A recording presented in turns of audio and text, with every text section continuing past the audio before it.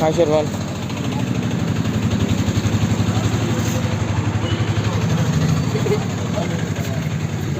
Hi అవ్వ.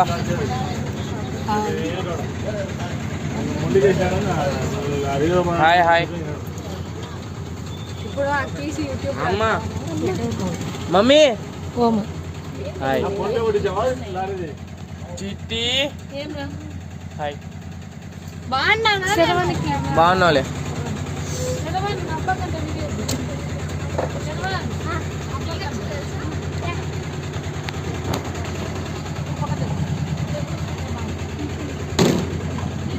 తాత ఇప్పుడు మనం ఎక్కడికి వెళ్ళబోతున్నాం?